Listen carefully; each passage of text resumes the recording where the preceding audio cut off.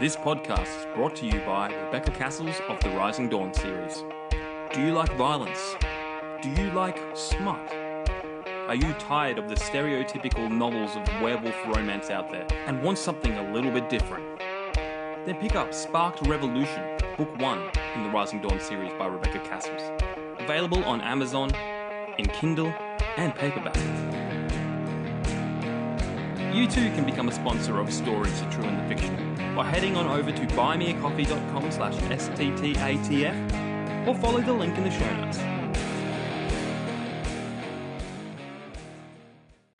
Hello guys, and welcome to a very exciting episode of Stories, The True and the Fictional. We have a returning guest. You know him, you probably know his name, you've seen it everywhere. But first, we got to do the the bantering. How are you going, Ryan? Ryan, how are you? Living the dream as always. I actually saw my wife was watching a show yesterday, and the lady had a living the dream coffee cup, and I felt like emailing them saying, "Where's my $2.50?" because that's my catchphrase. But no, I am living the dream. As I said, I mentioned off air, I was up till 3 a.m. this morning reading Blake Myers' Who Put Bella in the Witch Elm because it's just such a freaking good book. I'm so happy that I'm finally getting through my TBR list slowly but surely. I'm actually averaging now, I found in the last few weeks, I'm averaging like a book a week.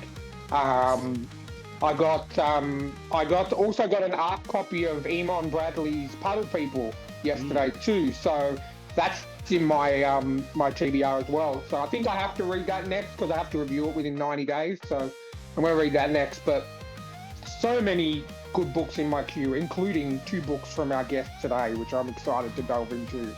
But other than that, I have been playing a lot of Switch. Black Friday sales are my best friend. I've managed to grab a few good JRPGs for very, very little, for like $30, which has been amazing. So my to-be played list has gone up a bit more. I've been playing Spider-Man 2, which Jamie had lent me, which is good because mine's somewhere in storage. This time I'm actually 100% in the game, so it's taken me a lot longer, but I'm still loving it. I find and you could probably agree, Jamie, I find when you 100% a game, sometimes you forget about the story, and then you go, oh, wow, I've been doing side missions for like 4 hours. I'm going to try and remember where I am and try and remember, oh, that's where I was. I'm up to this part. But yeah, it's been taking up a lot of my TV time, which has been great. And I'm excited to go and see the new Predator movie tomorrow with my wife, which is, it's been on my to-be watch list for a while, but we finally got tickets yesterday to go and see it tomorrow. So I'm looking forward to seeing that. Excellent. Well, back on side quests, I just started replaying Red Dead, so... Of course you did. I literally spoke to... I went out on Thursday to get some medication and stuff, and I had my support worker with me, and it was a new guy, and he's a massive gamer, and he's also doing film studies at university, and he's like, we were talking movies for ages, and I said, there's only 2 types of movies that I don't like. War movies, some of them I do, but some of them I don't, and westerns. And I said, and that applies to all genres. It applies to books, TV shows, everything. And I said, my best mate loves his favorite game. One of his favorite games of all time is Red Dead Redemption 2. And he's angry because I won't play it because it's a Western. And I said he probably put about 90 to 100 hours, if not more, into this game. And I said he's probably due for a replay soon. And there you go. You've just gone ahead and said you've started replaying it. Yeah, but Ryan, this is the last thing I'll say because we want to bring in our guest. But yes, you can technically say it's a sci-fi because there's UFOs in it.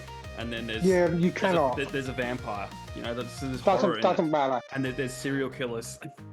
You know what? There is a comic book by one of my favorite comic book writers who has an amazing run on Batman. It's called American Vampire. The writer is Scott Snyder, and the artist is another amazing artist, Raphael Albuquerque. And it's such a great premise, and I really, really want to read it. It's about going back to the early dawn of civilization. There's always been 5 different types of vampires and 5 different types of vampire families, and they just rule. They rule, but it's set in the West, and I cannot read it because it's killing me because I love his writing and I love the art, but I cannot read it because it's set in a Western, and I feel like I'm a hypocrite if I do. Yeah. Well, I know you're pretty strong about that because there's a comic book with Batman and Superman set in the West, and they go like, right. I skipped that issue. That was Batman and Superman. I think issue 19 of the current of the run that I'm actually currently reading in 2021. And that was one issue. Luckily it was only a one issue story. I just skipped it, and then I was reading the next, and that's hard for me to do because I'm a completionist. I have to read everything. And I just skipped that issue. I'm like, nope. It's going to gnaw away at you forever. It is. I was so close to reading it. And, I'm trying to be better because I know, as you and our listeners know, one of my favorite horror authors I found this year, Janelle Sheikey. And I've read all three of her books. I've actually read The Clatterman twice. And her new book coming out next year is all about spiders, and it's called Spiders. And I have the worst case of arachnophobia that anyone has ever had. I can't look at a spider. I can't play a game with a spider in it. I hate reading books with spiders in it. Like you made me read The Boy Who Slayed the Gargoyle and forgot to tell me that there was a section that there was spiders in it. But I'm trying to beat my arachnophobia, and I said to Janelle, I'm going to beat my arachnophobia by reading your new book. And she was like, oh, but I talk about the good things about spiders. I said, there is no good thing about spiders. But I will read it because it's like she's one of my favorite horror authors, and I even think she's better than Stephen King in my opinion because I've read everything Stephen King has ever released, even stuff that he released under Richard Bachman. And he released a new book every year, and I always read it. I will always continue to buy it because I love Stephen King, but I just feel like she has a much better handle on pacing than Stephen King does. Like Stephen King will take 100 pages to describe a freaking cup of coffee, and sometimes it gets to be boring. Yeah. Anyway, everyone knows how much I love Janelle Sheikey, and I will be getting her book. Excellent. Even if it kills me. Even if it kills you. Excellent. All right, guys. Check out our sponsors, Rebecca Castles and Martin Kearns. All their links are down in the show notes. They are wonderful, wonderful friends of the show, wonderful authors, and support them because they support us. Now, let's bring in our wonderful guest, Tim Mckay. How are you going, mate? Pretty good, thanks. Good to be here again. Love you guys. So it's been a while. When that was around the time of Fault Sylvandria, so that's a year or so, right? Yeah. Me and Ryan were trying to figure it out, and it was back when we used to number the episodes. Wow. Now we don't number them anymore because it's like we get so many people coming on, and like when you record it, you maybe want to release it sooner than another one, or because someone might have a book coming out and you want to tie it in with that. So I just went, screw it, let's call it a Chinwag with enter name, so we can release it whenever we want. It's a good strategy. Yeah, I'm a bit iffy on the whole Chinwag thing because I think it makes it sound too bogan. Well, we're Australian. I don't know. I know, but that's saying that, or that's giving the impression that all Australians are bogans. And I feel like I did 4 years at university. I finished school at the end of going to school. I don't feel like I'm a bogan. I don't talk like, hey, yeah, I don't talk like that. I speak proper English. Yeah. And I feel like we should be saying a story chat with Tim Mckay or a story chat with here. I love it as is. It makes me feel like I'm visiting Australia and having a good time. Yeah. Well, that's not helping my cause, Tim. I mean, I'm sorry. Well, start a poll. Start a poll then, Ryan. Oh no, because all the Americans, and this is nothing to Americans and Canadians, will say keep it a Chinwag because they love us and they love our accents and they love our turn of phrases and stuff like that. But I work very hard not to sound like I'm from upper North Queensland because the higher you go in Australia, the higher pitch your accent gets. Yeah. But it's also out west as well. So the higher you go up and then to the west. Yeah. I think there's a place called Gympie right up in northern Queensland, and those people, like, I think only dogs can hear their voices. It's that, like, the pitch is that high. And hello to all our listeners in Gympie, which I'm sure we don't have because I don't know how to work technology up there. But no, going back to what Jamie was saying about you being on before, Tim, it was so funny when he messaged me the run sheet for today. I was like, "Oh, awesome, Tim Mckay! I've got his books. We haven't had him on before." And Jamie's like, "Yes, we have." And I said, "No, we haven't. I don't remember." And in my defense, it was during the year where I was having a very, very tough time mentally, and then went to hospital. So that is my excuse. But I'll take it. It's like the first time we're meeting again. Love it. Although now I'm going to have to go back, rewatch the episode, and say, "Wow, that was not that memorable." Apparently, No, exactly. It was definitely wasn't. I remembered it. That was because of me. It's probably not memorable because of me, not because of you, Tim. Well, I found it strange because you recommended him a horror movie, so you know. Yeah, I don't remember. But honestly, like, I think every guest now recommends me a horror movie, and then when we have horror authors on, they recommend me multiple horror movies, and I'm writing them down on my phone. I look rude, but I'm actually writing down the horror movies I get recommended. So yeah, and now you're just swimming. It is great to have you back on, Tim. And I am mentally prepared and mentally going to remember this interview. And that makes one of us. I'm like, I know. Yes, exactly. Yes, excellent. Well, because you're back a second time, we do have a second block of icebreakers to do, just for a bit of fun. These have been tweaked. Nice. I can't remember if you want to go first, Ryan, because these are different, or if you want to go second. Let me just have a look at the questions, because I think if these are the questions that we used to do as our bonus questions, I think I probably will go second. I'm just going to bring up the run sheet. The bonus questions is what we do when someone's on a third time. Okay. No, I'm good to go first if you like. Okay, take it away. All right. So the icebreakers questions for returning guests. Question number 1. What is your least favorite trope in any form of storytelling? Okay, so I think it is tied for me, very close. So I'm gonna have to go with 2, because I have a tough time picking between these. Really, love triangles, or miscommunication, especially where it's this really stupid miscommunication that drives the entire plot. You know. If I had to pick, probably love triangle, because at least with miscommunication, I've seen ones where, once you've experienced that in real life and you realize, oh, people really are that dumb, I can forgive it in stories a little more, you know? Whereas a love triangle, don't get me started. Some of them are just so bad. Just, like Twilight is the bane of my existence. And that's just... Oh, yeah. Yeah. I remember with Twilight, when I first saw, I actually have to admit this, that me and a friend at the time, we're both male, we were just sitting around one Saturday and we were looking for a movie to go see. And I hadn't read the books. He doesn't read, so he hasn't read the book.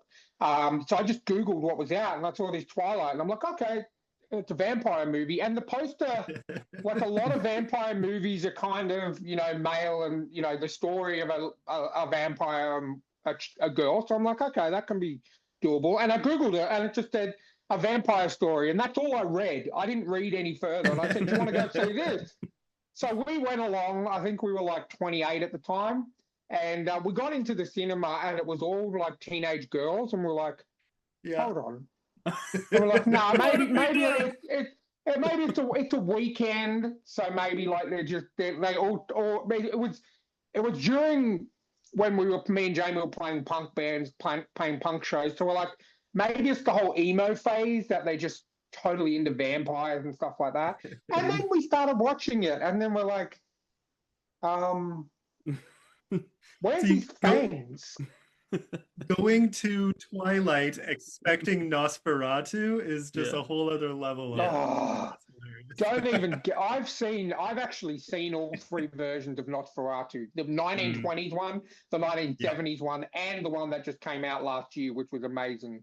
And yeah, I have seen pretty much every vampire. I think just before we'd watched From Dusk Till Dawn as well, so we were fully into like bring on the vampire gore, all this kind of thing. And then Twilight, like these fuckers don't even have fangs. And then hold on, he sparkles. Yeah. I'm like, oh man. And acts like that's such a bad thing too. It's like, oh, woe is me. I sparkle in the sun and look pretty. Like, so bad. Yeah. So and bad. isn't it kind of pedophilia too? Because he's like 100 and she's like 16. But technically, Robert Pattinson is a pedophile. I'm saying it here right now on the podcast. No, I'm joking. No, Robert Pattinson, you are not a pedophile. Just in case he's watching this. No, well, Ryan, you're just being a completionist. You're watching all of the vampire stuff. No. Oh no, I haven't watched the rest of the Twilight movies. I have not seen the multiple other ones. My wife rewatched them while I was in hospital recently because I logged onto Netflix to watch something on my phone, and I accidentally pressed on her profile, and it had like New Moon halfway through, and I immediately called her, and I'm like, "What are you doing?" And she's like, "I'm watching the movie." We need to talk. What movie? Yeah, exactly. I said, "What movie are you watching, Stephanie?" And she's like, "I'm watching New Moon." I'm like, "No, you're not. Delete." Yeah, no, done. But going back to your whole love triangle thing, I'm completely on board with that, but I have an alternate. What if it's in a horror movie and part of the love triangle, one of the members of the love triangle is actually the killer, like the serial killer, and they're just with that person to get close to all their friends so they can murder them all? How do you feel about that? I mean, I've definitely seen that, and I can tolerate it, but it's still a recent example would be this, not that recent, but the Scream TV series that they did. Yeah. And that I mean, there we go. Sorry for anyone watching this. I just spoiled it for you, but that kind of happens. And I loved the love interest being that's always great. Make him the murderer. Absolutely. But once it starts, once she's almost cheating on him with this, or they're on a break and she's, going with this guy, it just gets old. It just gets really old. Yeah. I don't know. Yeah, I think the whole you're 100% right. In a non-horror scenario, I'm not even watching that movie or reading that book. I'm really not. I don't like that kind of shit because one, I don't believe I'm old school. Apparently, I don't believe in cheating on your partner with someone else. You know what I mean? I mean, like that's just me. I mean, maybe I'm old-fashioned, but I believe in loyalty. But in a horror scene, like you are right, the Scream TV show, and in saying that, I think the second last Scream movie, the Scream 7 or 6 or whatever, they did that as well, and I think that was actually well done because we had Jack Quaid who I know. He plays Huey in The Boys very, very well. And he was kind of involved with two girls, and he ended up being the serial killer, and he ended up murdering both of them, which I was totally okay with. So that's totally different though. That's that was just him being terrible. I mean, because they didn't know. They didn't. Well, or I guess she, his partner did, sort of, right? But she thought it was all part of the ploy. It was all part of the. Technically, actually, the Scream TV show did exactly that with the. So same thing where it's okay if you've convinced one partner that you're tricking the other one. You're double timing with permission. I'm not okay with that in real life, but at least then it's a love triangle by consent. I agree because I think with the whole killer thing, like if you're a serial killer, you're a psychopath, and psychopaths don't really feel love. It's all about faking. Like if you've seen Dexter, like he spends all of his time trying to fake. Because his dad taught him if you want to get away with these things, you have to fake being normal. and he goes through all these things, and he's trying to force himself. It's more harder than actually doing the killing. Is pretending to be in love with someone, and that I think falls into where I'm like, okay, you're with two girls, but you killed them, so clearly you didn't really love them because you're a psychopath. So I think you're right. That can be tolerated. Side because note. it is such. Yeah. Oh, sorry. Well, I was just No, gonna go say, ahead. side note, I don't know why. I think just people misrepresented Dexter to me. And so for years I resisted watching that show. And it's Really? one of Okay. my biggest regrets when it comes to television, because that show is so good. So I Oh, didn't like definitely. the ending, obviously, but otherwise one of the best shows I've seen in so long. I really love that show. Well, the new show Dexter Resurrection, which just it came Mm, out this year, is I was worried. Me and my wife love Dexter. We watched the show New Blood, which is him like I think it's like 10 years later where he's living in the woods and stuff. That was pretty good. But the new okay. show Dexter Resurrection is freaking phenomenal. It Is that is. the one with it's his younger self? Like Yeah, it's his yeah. origins? It Okay, came out okay. on Paramount Plus out here. Came Mm, out on Paramount this year, and it's 10 episodes. It's been renewed for a season two, but it okay. felt like watching Dexter for the first time again. Like it's Mm, they don't. It's not a remake. It's not a reboot. It's a continuation, which is great because there's so many remakes and reboots going on. But it yeah. is. It's a continuation of the story. Okay. Um, yeah, and even the prequel, Dexter: Original Sin, which is him when he was younger. The guy Mm, that plays Dexter, a young Dexter, is pretty much. It's like it is to me. It looks like a young Michael C. Hall, and he acts and the way he talks and the way he does everything is like a young Dexter, and it goes through his first year as he goes through his first kill, yeah. and Christian Slater plays his father, which is really good because I haven't seen Christian Slater in anything since Mr. Yeah. Robot, so Mm, that was good. But yeah, it's really all the Dexter shows. They're all continuations except for Original Sin, which is a prequel, and even that was great. So okay. I I'll have recommend to check checking that it out too out. then, Yeah, yeah. it is because I'm very critical of things like new shows, and a lot of new shows are doing the whole it's 10 years later, let's Yeah. bring it Like back. stretching out a franchise And kind of thing. yeah, Yeah. Yeah. Dexter is the one exception. Okay. We watched the episodes week by week, and I was like, just give me more, I want more. Mm-hmm. And the way that the first season of Dexter Resurrection ended, I'm like, I just want another season. And then I think a week later they announced they're filming season two. I'm like, Mm. oh, awesome. So, yeah, very good. Brilliant. If you like Dexter, jump on it. It's pretty good. Okay. Yeah. Excellent.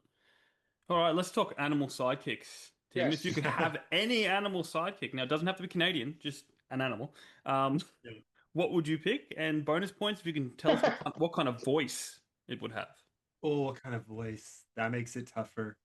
Uh, yeah. So I think for me, it would be between an eagle or a wolf, for sure. Actually, I think I even have one of my paintings behind me is a freaking eagle. So no surprise there.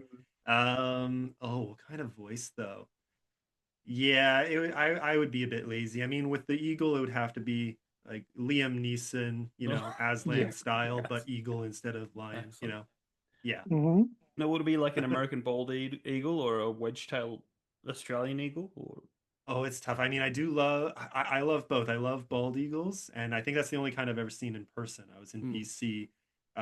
We were going through a river channel that opened into a larger lake, and there were bald eagles in almost Yeah, every tree we passed for this huge stretch. nice. It was the Yeah. coolest thing I've ever seen. There were so many of them.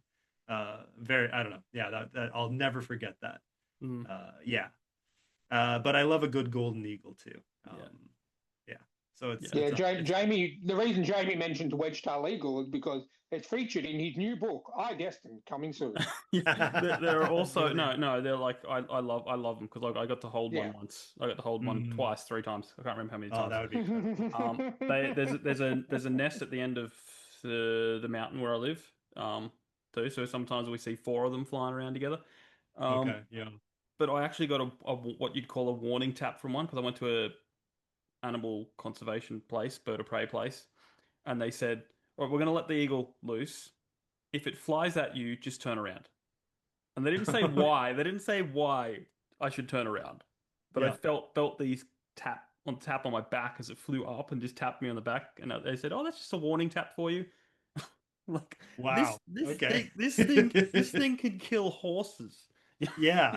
And it's just like it taps me on the back, That would freak me the heck out. Yeah, I so I was love just them, like, but that would be genuinely freaky. yeah, yeah. Wow. And that was only a little one. That was like 3 kilos, and they get up to 7 kilos. Wow. Wow. Yeah. I love them. That's awesome. Yeah, Yeah. Yeah, well, I can tell Awe-inspiring, because but also a little terrifying. yeah. I was Australian, so Everything in Australia is scary. yeah, pretty much.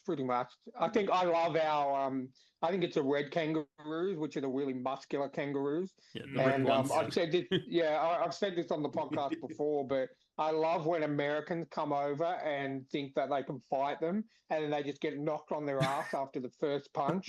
It's so funny. That's like my favorite search term on YouTube is Americans or foreigners getting knocked out by red kangaroos. It's just amazing. So good. Everybody needs a hobby, right? Yeah. Oh, 100%. Like, and it's not because they're American. It's just most of them seem to be American, but they're just dicks. Like they're like, oh, I'm going to punch out kangaroo, and then Bruce the red kangaroo just rolls his sleeves up and is like, come on, mate, and just bang, knocks him out with one punch. Yeah. But all right, question number 3. Okay, you're king/queen/supreme leader/president for a day. What do you do? All right, I have to admit, completely selfish on this one. Go for it. That's fine. Yeah, like I would I mean, you wouldn't have time to construct it in a day, so I would just hope that whatever kingdom I'm king of has a lodge near a lake, and I would fill it with books and enough money to live on for the rest of my life, and food, but enough money that I can go and grab more. And then I would just go and I would appoint stewards to manage the kingdom, and I would go there away from everybody and just have a good time in my lakeside lodge for the rest of my life. Done.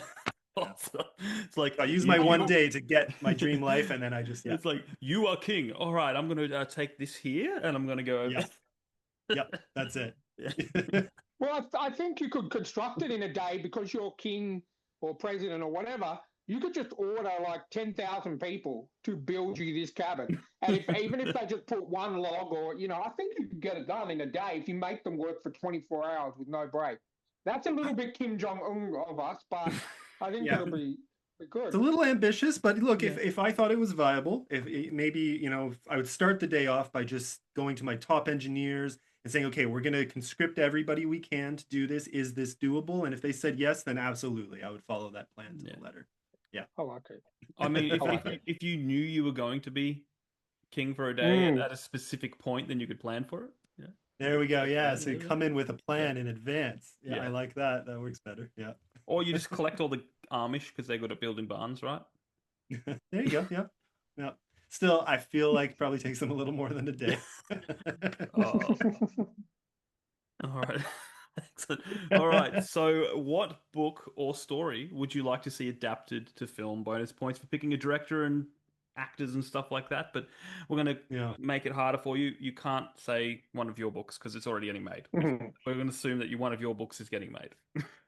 Okay. See, I love that. I do. I hope you're right. But shucks, because that forces me to totally rethink. And my answer, as little as a few months ago, would have been different, except that book is getting made into a show. Oh, wow. Which one? So, Taliesin by Stephen R. Lawhead. Oh, cool. Yeah, so that's getting made into a TV series called the Rise of the Merlin, I think it's called. Oh, okay. Yes, I saw that. Yeah. The Pendragon saga or something. Yeah, because the whole series is called the Pendragon Cycle. Yeah. And the especially the first 3 books are pure gold. The first 2 are my 2 favorite books of all time. So and that's what they're basing the series on. So I cannot begin to say how it looked amazing. I think they're streaming it exclusively, which kind of Yeah, sucks. So I'll see, but I'm gonna have to find a way to watch it at some point. Like yeah. that's Illegally. Well, yeah. isn't it like Or not, but isn't it like Ben Shapiro's company or whatever it is? So yeah, that's the thing. I'm kind of just like, call him up. there you go. Yeah. Okay, but if it wasn't that, that does make it harder. That does make it a lot harder. Um, I mean, this is kind of cheating because it's already been made, but I'd love a properly done Oh, yeah. Aragon. No, I'd Yeah. allow that. You know, like if Yeah. something's been I hasn't didn't been done mind good. the movie, but it could have been done way better. Yeah. Yeah. But was done, That's my wasn't that done like almost 20 years ago or something like that? It was in 2000s, wasn't it?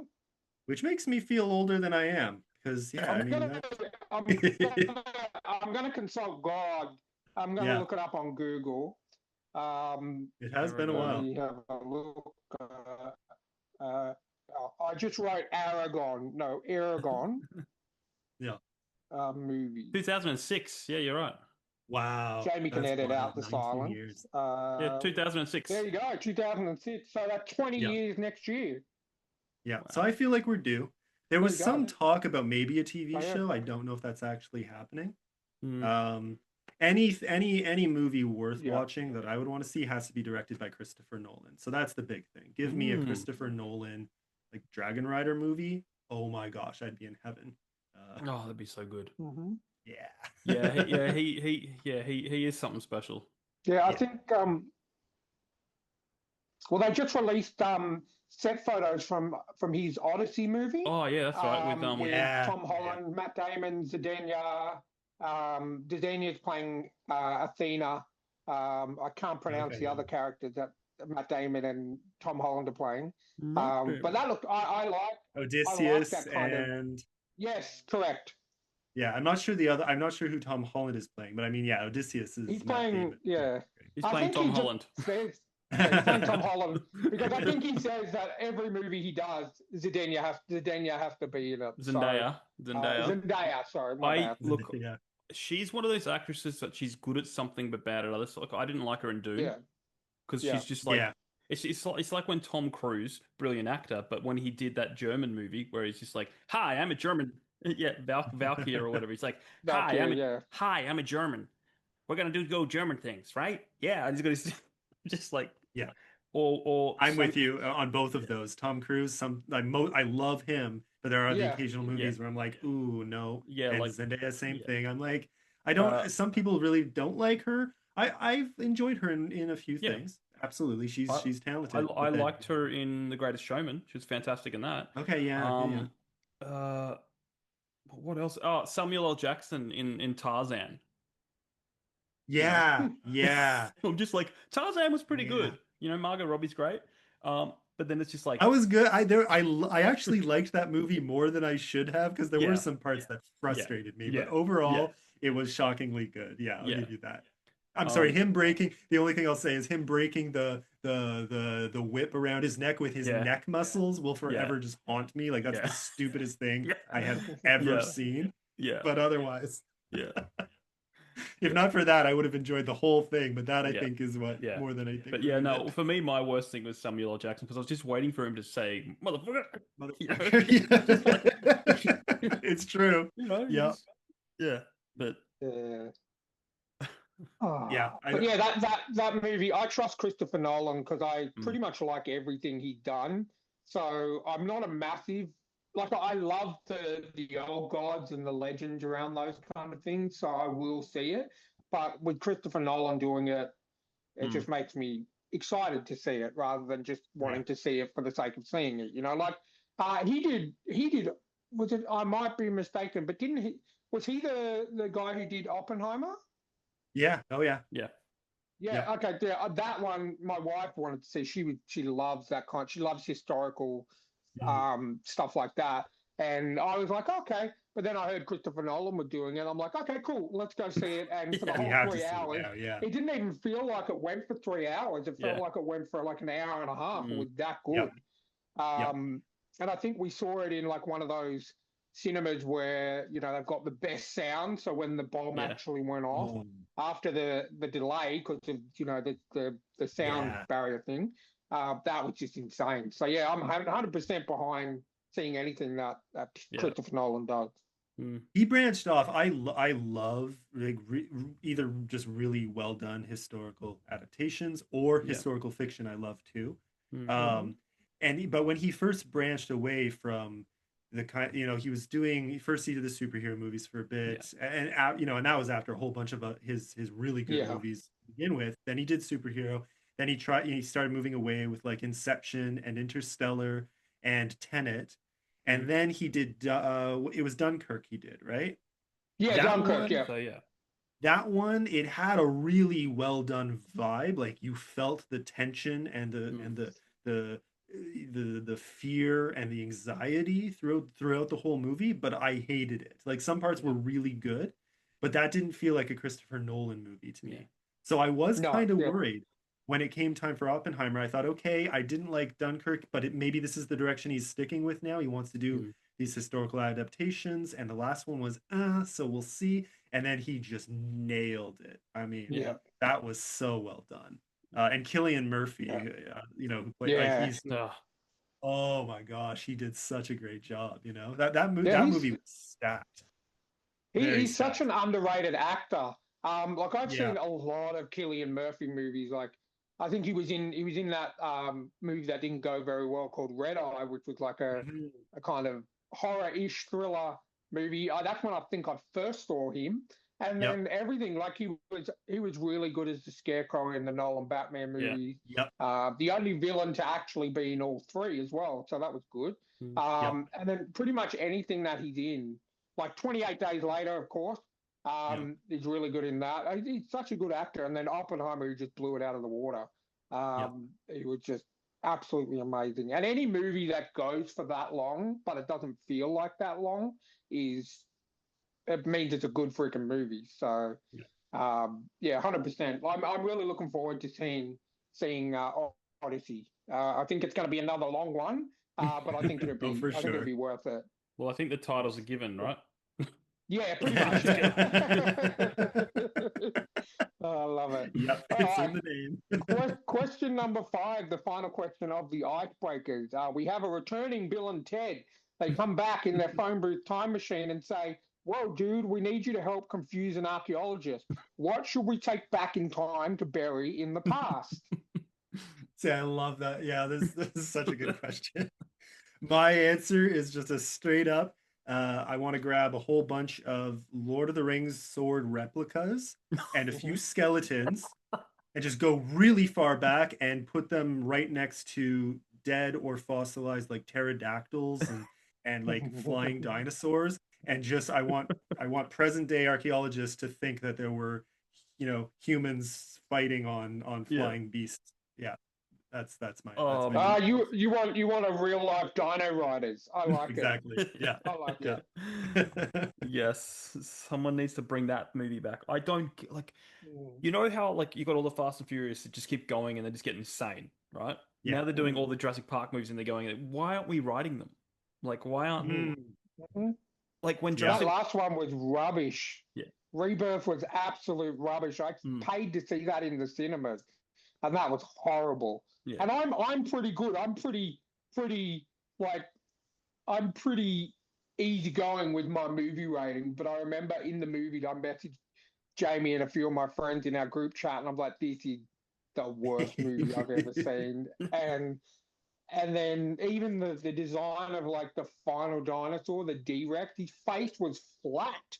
It was flat. Like he looked like something out of Doom rather than a dinosaur. Or it looks like a Star Wars Rancor. Like exactly. Yes.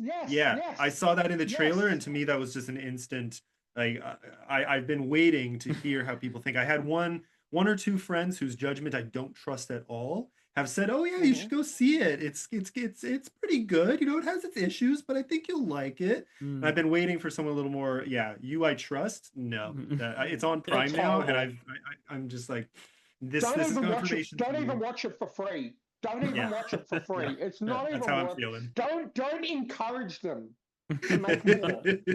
Don't encourage them because if so many, like I guarantee you, so many people have watched this movie once, whereas the other Jurassic Park movies, even the Jurassic World movies, I've watched at least 4 or 5 times. But this movie I've watched once in the cinema and I will not watch it again. Yeah. Fair. Yep. The problem is it's all on toy sales as well. Yeah. They make these movies to sell toys. And they do sell toys. It's the same with Star Wars. Like now Jurassic Park makes more money than Star Wars in the merchandise department.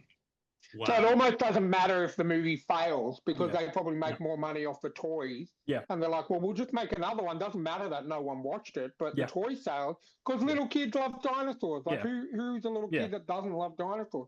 And little kids aren't going to go, oh, I'm not buying that because it was a shit movie. But they're just like, I want a dinosaur. So, yeah.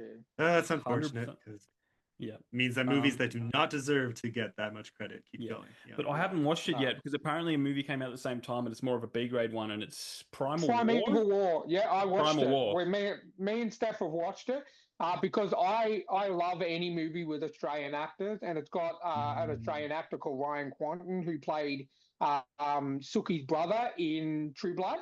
He was an Australian actor. He was in Home and Away. He was a beloved character named Vinny in Home and Away. And I got that movie when it came out, and me and Steph watched it, and it's so much better than Jurassic Park. It's the Vietnam War with dinosaurs. Yeah. I saw the trailer for this. Yeah. Okay. So this is good to know. How did it turn out? It is good. I mean, it hasn't got the budget that Jurassic Park has, but for what it is, I mean, it's no Velocipasta, but it's still pretty amazing. It's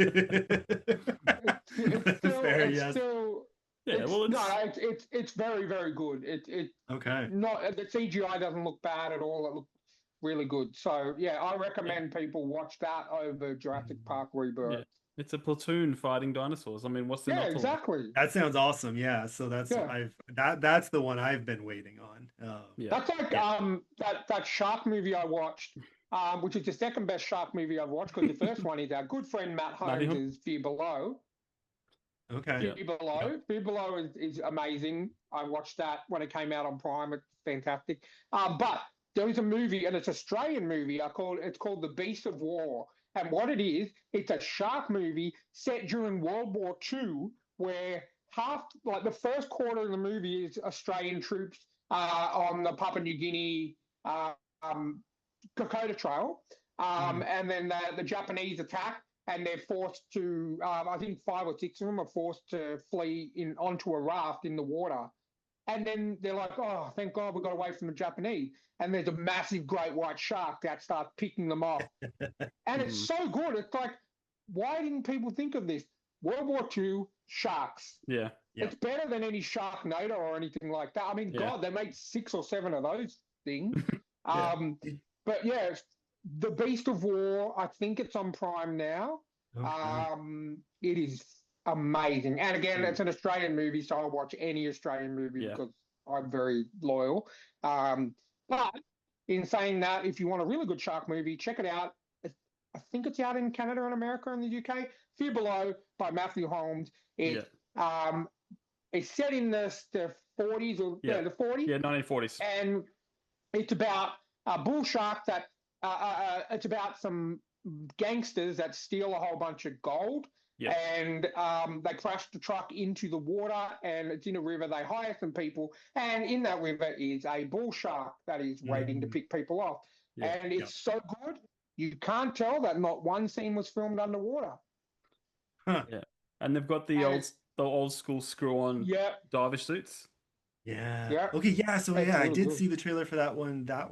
Yeah. So I don't know. It is so good, and it's so funny because he said to us on our last interview he never wanted to make a shark movie, and it's probably one of his best movies. It's so awesome.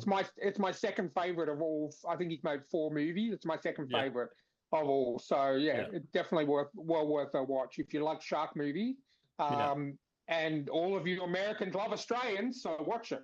Did you see why am I forgetting the name? I think it's Under Paris or something Paris. Yes. No, I want to see that. I haven't seen it yet, but I really want to see it. Okay, I won't spoil it then. Yeah. That one's ridiculous, but it's fun. Okay. Monster movies are supposed to be ridiculous, you know? Exactly. Yeah. It very Exactly. much served its purpose, and the Yeah. ending to me is just so over the Okay. top, and I Yeah. loved it. So yeah, Well, The definitely watch. I'm gonna watch that because me and my wife, we love our shark movies. We watch Yeah. Shark Yeah. Week now that we have HBO Max out here now, so all the Shark Mm, Week stuff is coming on that Mm. every year. And we recently watched one with Matt Dillon, I think, or someone like that, called The Beast, which is set in, I think, Mexico or Spain, and that was really good. It's like a shark, but they're stuck on an oil rig, and a shark is like okay. all the boat that goes to save them. The shark just jumps up and eats. And it's based on a comic series. I found out. I read that. Very good. But shark movies, Yeah. any shark movie that's not Sharknado, we will watch. Yeah. I watched the first Sharknado, and I'm like, no, Yeah. just it's got Yeah. to be a little bit believable, like a little bit believable, you know? Mhm. Yeah. There's some of those B or even C, Yeah. like almost comically bad horror movies that I'll Yeah. watch every once in a while for kicks, but I can only Oh. do it on a certain mindset, you Did know. Did you watch Rippy yet, Ryan? No, I haven't. I'm really want to watch it.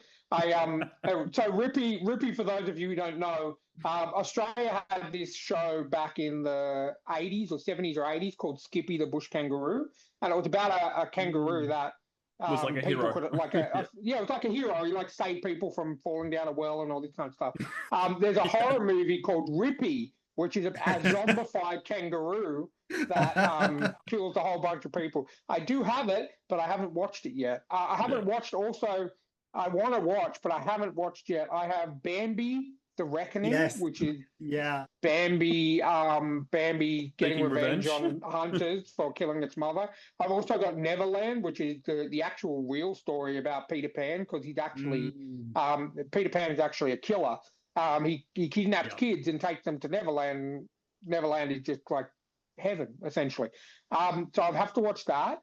And I've also got Popeye the Slayer Man, which is another horror movie about Popeye. There's actually two Popeye movies came out this year, but I do love Winnie the Pooh, Blood and Honey. 1 and 2 are freaking amazing horror movies, and the second one is actually better than the first one because they got a bit more budget and they put a backstory on why Winnie the Pooh and Tigger and Owl and Bunny are all such like just want to kill people. It's amazing. So if you like Winnie the Pooh, don't watch it. If you love horror movies, watch it because your favorite childhood characters are murderers. Mm. I need to see that. You're not the first to recommend Yeah. it. I really do Yeah, need to check. it's Well, actually really good. I enjoyed yeah. it. Well, it is pretty funny that when everything comes into the public domain, it's just instant people are like horror. Yeah, Yeah, it has to be. Which is interesting because aren't we like less than 10 years away from Superman being public domain? yeah, but that's Well, no, because Brightburn.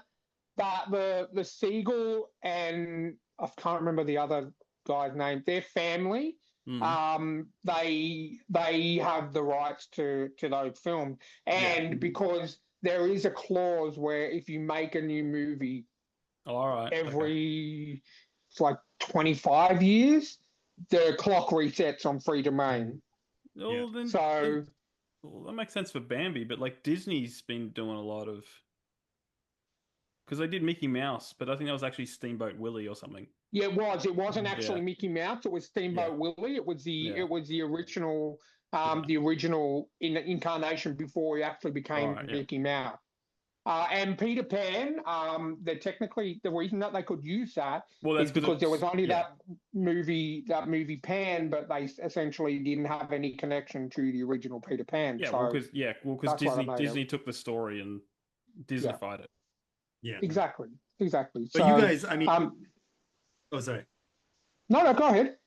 Well, just on the note of Superman, we might have even talked about this last time. I can't remember, but I've talked about it a few different times. Yeah. But Brightburn? Brightburn, Yeah. like you guys, Yeah, So, I 100%. mean, That was amazing. when I think Superman, I'm like, okay, no, that horror version of Superman has been done and been done well. Yeah. I love Yeah. that movie. It was, and I like how James, and it's funny, it's done by James Gunn. Yeah. Who originally who's just done Enough that really said. amazing new Superman movie. But yeah, it's good. I like that because not once do they reference Superman, but it's like it's an alien that crashes down in a farm in a farm town, and it's raised by two farm parents. But he could get away with it. He could get away with it because he never actually refers to the planet as Krypton, never refers to the kid as Clark Kent. They've got a completely different name, and yeah, it's kind of like what if. Yeah. There's a really famous comic, and they did an animated version called Red Sun by Mark Millar, and it's what if Superman crashed in Russia instead of America, and then he gets raised and he goes into Stalin's army and becomes Russia's superhero, but he just attacks all other nations, and for no other reason than you get to see Batman in one of those Russian hats, the woolly hat, and with bat ears in it. You should watch that. But yeah, that one they actually call him Superman. But yeah, Brightburn was so good because all comic book fans knew it was Superman, but they didn't say it was Superman. Yeah. So yeah, I like that. Yeah. James Gunn's great at doing that kind of stuff. Yeah, he is. He's very talented. It's good. All right, Tim. Let's talk about your books finally. Yes. I love it. I don't know. I love talking about anything else. As much as I love my books, this is always fun on shows. Now you don't need to try and sell them to Ryan because he's already got them. I did pick up Skyfold before your sale, so I didn't get it for free. Oh, it's funny. I gave you the dollars for it. Yes. So for those who don't know, pitch it to the people that don't know about your books. Start with Skyfold, I guess. I'll start with the two newest ones. So Skyfold and The Father of Shadow and Death. Very two opposite books in a lot of ways. Similar writing style, and I've been having a lot of fun with what you get in both books, but very different. So Skyfold was really me having fun, and coming on the backdrop of darker books. I wanted to write some fun adventure fantasy, and what came out of that was a fantasy heist. So it's the story of three friends, and more or less they are living in a world of floating islands, and they're trying to steal the source of power from these godlike beings that rule over their island home. And that's the gist of it. So you get a lot of fun. Like it's a lot of playful fun, a lot of scheming, a lot of things going on. You slowly learn, but it's a novella, so it's a nice, easy read. One or two nights, easy. And part of that was I wanted to write a novella to get into Sphinx.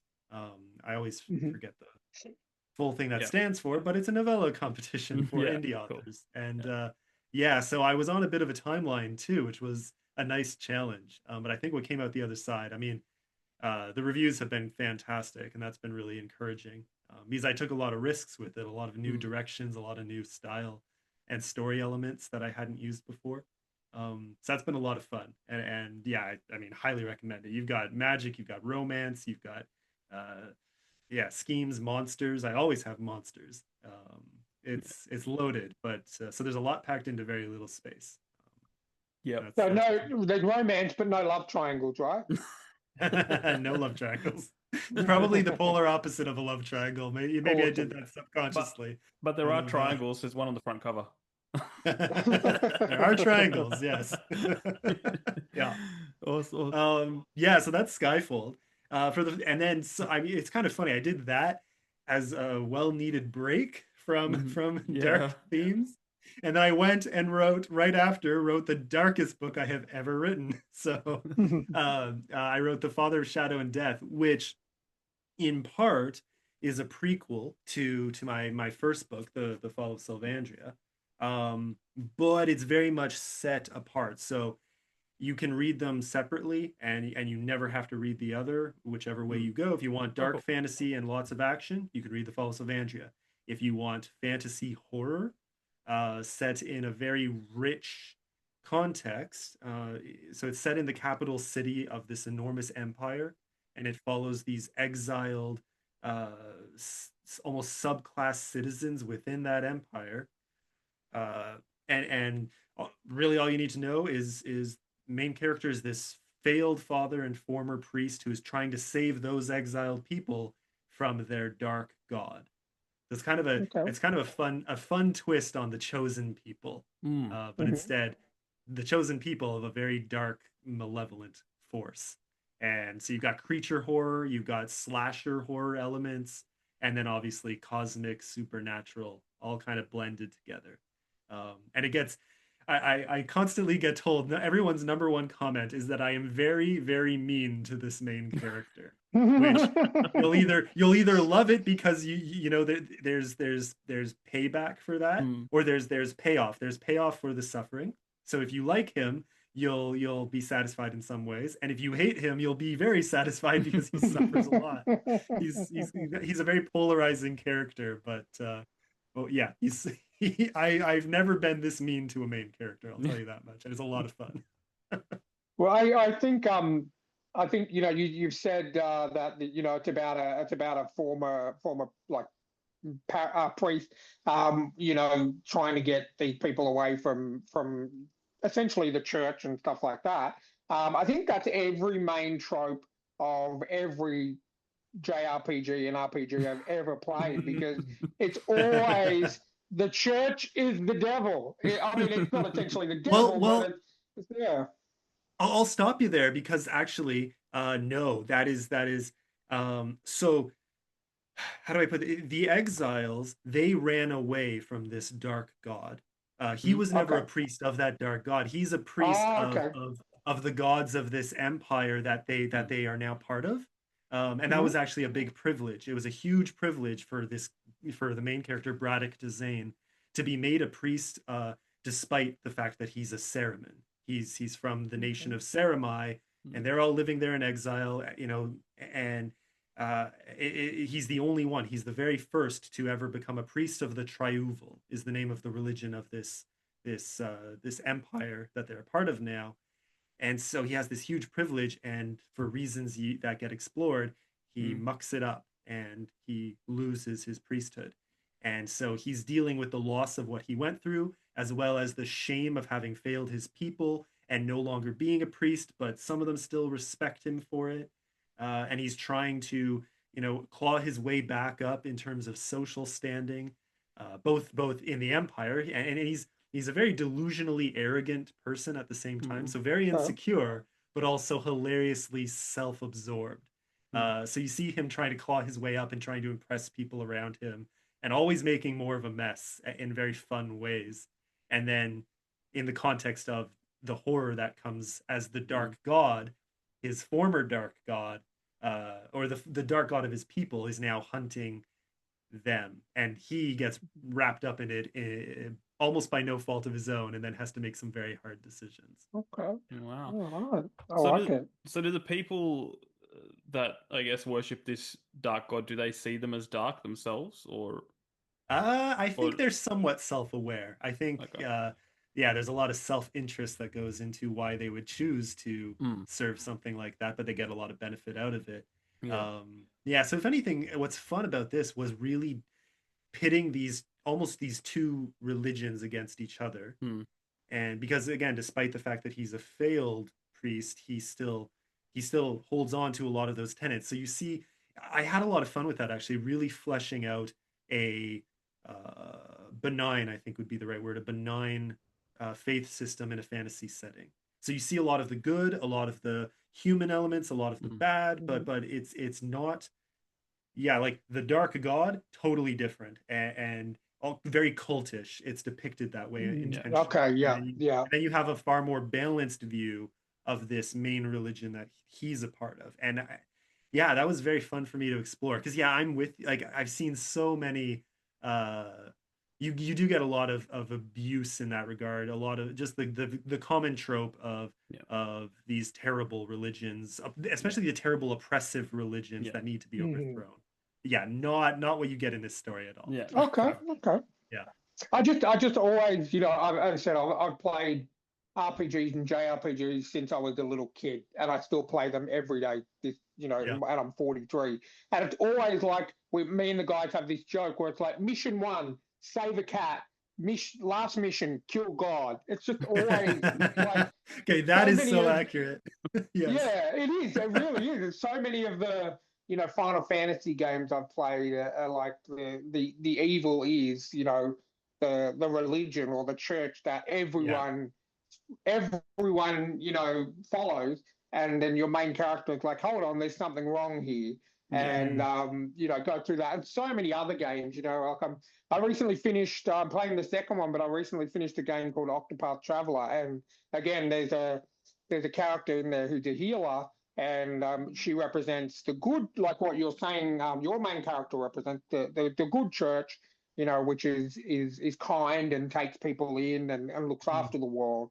And Yeah. her missions are to take down, this cult, like you said, with yours, cult of, the dark magic who are trying to bring back this dark god Yeah. into the world and everything like that. It's to me, I haven't, like, even though the way that it's set is the same, I find that each game I play and each book I read, now that I'm reading a lot more fantasy as well, has its own spin. So it doesn't seem boring to me. It Fair. seems interesting to see the way that different people interpret different things.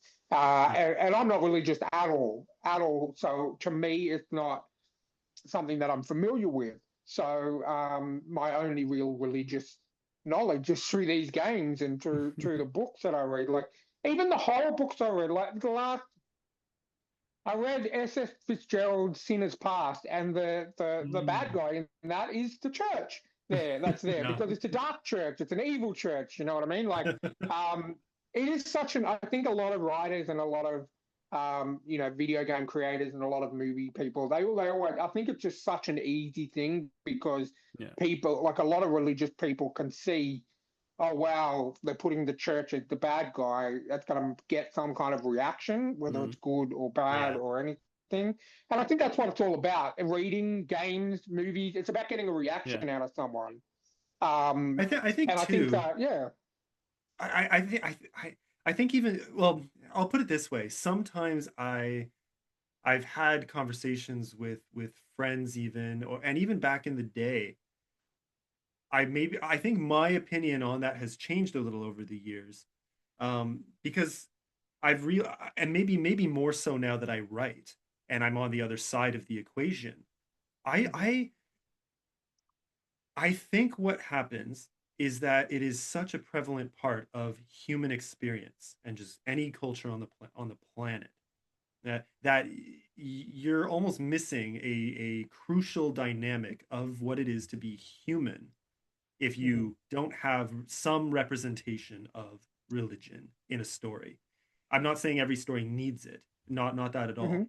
But there are some people who I've seen avoid it, and sometimes the story feels, especially in very expansive Yeah. worlds, like if you have this massive intergalactic world, or even just a massive fantasy world, and you completely somehow avoid any semblance of religion, even a socio-cultural entity that doesn't have a religious name or worship a deity, but something if you miss that, to me, some aspect of human experience is missing from the story. Yeah. And so I think Yeah. a lot of authors just pull from their own experiences, however flawed or skewed by bias or skewed by, we all have a limited picture. Each of us lives a very limited piece of this world we live in. Yeah. And no matter what, no matter how hard you try, that's going to get bled into the story, So I know, I mean, I'm happy with this one in particular, the Father of Shadow and Death, because I think I pulled in some of my unique experiences as a former pastor in ways that maybe some other people, like I tried to give a glimpse behind the curtain in a lot of ways, the Mhm. good, the bad, and the ugly, and the neutral, the just again the human experience of it. But that's the tough thing, is no matter what, I am 100% sure some of my biases are definitely Yeah. in there, and it's, I don't know if you can avoid it, and there's only so far you Yeah. should even try. Yeah, no, everyone has a worldview. Everyone sees the world Yeah. in a certain way. You can't avoid that. Yeah. Um, You um, don't want to preach. I mean, that's the yeah, thing too, is my first book. I think I was so conscious of this sort of thing that I tried really hard not to let myself preach through it. And I think I Mhm. might have actually robbed myself of some of what most people look for yeah, in the kind of fantasy I write. Most people want at least some enriching element. So, whether it's an insight into your characters and just character development in general, or principles guiding them, and stories are a way for us to test what works and what doesn't, even including principles and values. Yeah. And I think I maybe, shot myself in the foot a little by avoiding that. So, it's I've come to a place now where I'm still not trying not to preach through stories, but I am trying to enrich. I am trying to add a little value and or at least present options and let people decide for themselves, but in what I hope is a fun way. Yeah, well, that's I think the main thing is to entertain and to, if you can get people to think as well, that'd be amazing. I mean, that's what I'm trying to do with my Ancora series, plug. Because I went in and I was like, okay, so I've got I'm Christian, I've got a Christian worldview. Yeah. What's the Christian way to look at aliens? Now, I don't come across preachy or anything like that, because I know Ryan can vouch for me as someone who doesn't believe. Like, he didn't see anything, pick anything, but I put subtleties in there for people to think about, but I'm not like you said, preachy, Yeah. No, well, when Jamie said that, I think you said it on a podcast with another author we had, that you did put, subtle, Christian things in there. I'd already read Ancora, and I was like, what did you put in there? Because I exactly. And that's the kind of stuff. And then he explained what he did, and I'm like, okay, I can see that. Not knowing too much about Christianity, I can see that, but I also commend him on doing it, like you say, a way where he's not preaching, but for people who believe will get something out of that and go, okay, I recognize that and I appreciate that, because he's included that in there. And I think that is the perfect balance of what you say, of not preaching, but including part of yourself in your work. Yeah. Well, earlier, when I mentioned, the TV series that's coming, and my favorite series, Taliesin, the Pendragon Cycle by Stephen R. Lawhead. That book, the first book, was given to me by an atheist family friend, and it is very loaded with overt Christian themes, because it's depicting a period where the church was really just starting to get its roots in Britannia at the time. And that is depicted very honestly, but very from a very clear Christian worldview. And yet again, it was an atheist who gave me the book because he loved it to death. And and it's a book that I recommend to anyone, regardless of what they believe, because it stands on its own. You can enjoy it regardless of where you're coming from, which to me says just how incredibly well written it is. Well, it's all that's a huge part of history as well. Sorry. You're breaking up, Ryan. Yeah. Sorry, I just wanted to know if you can tell me the title of that series again. Yeah, it's the TV series coming out is Rise of the Merlin, and the series itself, the book series, is the Pendragon Cycle by Stephen R. Lawhead. Okay. Yeah. I'm literally gonna buy the first book now. So you have sold me a book. Just not yours. Love it. I am. Yeah. To me, you know what? I'd like that. That to me is mission accomplished. It's such a great story. That's still one of the ones I go through for like stylistic insight and that's my goal. If I have a dream goal for like my crescendo, my ultimate series, when I right now I feel like I'm still experimenting, I'm still building up, but that's the goal. The goal is something of that level of quality and richness, and just dense with incredible character arcs and history and all these different, just beautifully well done. Oh man, so I'm very excited. Sorry? So you said it was by Stephen R. Lawhead? Lawhead, yeah. Oh, Lawhead, yeah, cool. I've just got the first book now. I'm picking it up on my Kindle. So Taliesin is just such a good book. One of my favorite shows back growing up was the BBC show Merlin, about I think it went 5 seasons or something, which was That was, Absolutely yeah, amazing, and one of my favorite mini. Yeah. that's him like when he's young, right? Like young The Adventures of Merlin, or Yes. just Merlin. Yeah, yeah. With I always forget his name, and Yes. then you something James as our and Katie McGrath as Morgana, right? Does that sound she Yes. was in one of the Correct. Jurassic. Correct. Yes. 100%. Well, oh yeah, I love that show. I've watched all 5 seasons probably at least 5 times, at least all the way. I love that Oh, show. Yeah, yeah. yeah. So yeah, if you like Awesome. that. And there was a yeah. Oh, there Well, I was was a just saying, really yeah, if good sorry, I think no, my connection is cutting in and out kind of thing. it's all good. Sorry, you go ahead. Yeah. Yeah, there was a really good mini series with Sam Neill that they did. It was a Yes. two-part mini series called Merlin as well, which I cannot find anywhere on DVD or Blu-ray or anything. I kid you not. I should run down right now just to show you, because a week ago, I got a craving for watching that, couldn't find it anywhere to stream, and I just said, screw it. I went on Amazon and I found that and another mini series, I think made by the same I was that BBC originally? I can't remember. But anyways, I found it for 20 Canadian dollars Wow. and got a used DVD sent to me. So I just got that days ago. I literally Oh, just got that exact miniseries days ago, and I haven't gotten to watch it yet. But you better believe, yes, the Sam Neill series mhm. and Helena Bonham Carter, Yep, yeah, right, as Morgana, and oh yeah, that's just such Martin Short. Is it, yeah, Martin Short as yep. that was my childhood in a nutshell, was basically that miniseries. Yeah. 100%. I watched that. I think I recorded it on VHS when it was on Yeah. TV back when I was younger, and I watched that so many times. I think I Yeah. wore out the VHS Mm. Yeah. tape. But even the whole Arthur and the whole Pendragon kind of thing with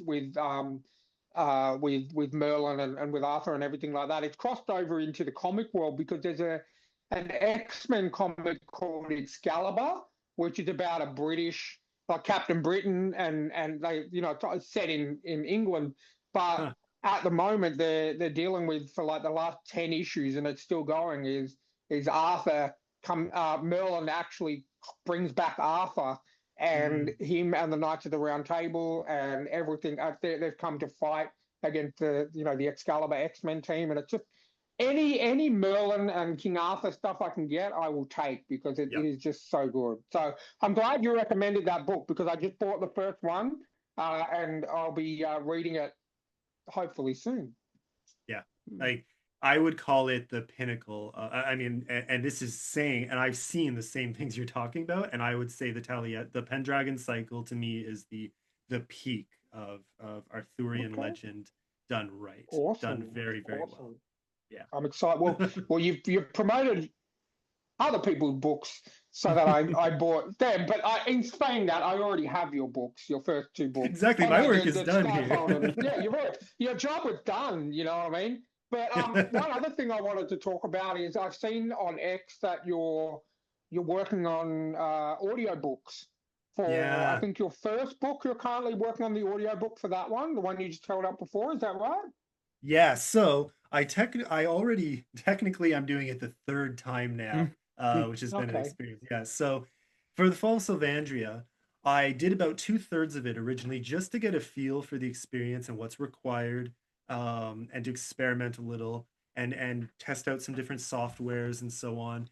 But at the same time, I was looking into narrators. I had a royalty share agreement with one for a little while, fell through. I think the short version of that story is I think he just bit off more than he could chew. So there was no way, like we were way over deadline by the time I just said I think we're gonna have to part ways. And we left very amicably, and he was very good at what he did. And actually listening to some of the things he did gave me insight. So then I did record the whole thing myself. Uh, and yeah, that's been a journey, in some ways very rewarding. I loved doing it, and sales skyrocketed, both for my the other versions of my book, ebook and physical copies. But I mean, I got a lot of like, I was super happy with initial sales, and initial reviews were flooding in much faster and very good. And then, but you also open yourself up to new challenges. You're opening yourself up to a new market with new expectations. So, a lot of people gave me some really good feedback. Some people were less kind than they maybe could have been, but it was a lot of learning experience wrapped up into very little time. And ultimately, I decided, okay, I need to do this. I need to do this again. So I practiced again with Skyfold, which got much better reviews in terms of the quality. And I bought some new equipment. I bought some more software, some plugins for the recording software. It's just a constant, every time I try to do better than the last. The fun thing too is that doing my audiobooks has now become kind of part of my editing process. So Okay. I'll write my book, editing, beta feedback, blah, blah, blah. And when I have the roughly final version done of the book, before I publish it, I will then record. I won't edit the audio because that takes a lot of time, but I'll at least have it recorded before I publish. Because inevitably, while reading, I will spot things and hear things I didn't catch while listening to it from voice recorder, and that I didn't catch while editing it. So it's kind of a nice final check. It's also just fun to hear the story out loud. It just takes it to a different level. So where I'm at right now is I realized I've actually, I didn't check today. Funny enough, I did not check today, but the audiobook for The Father of Shadow and Death is done, edited, and uploaded. Oh, wow. And so any day now, the way ACX works is one day it's not live and the next day it is, and you get an email. So any day now, this will be live. So that's exciting.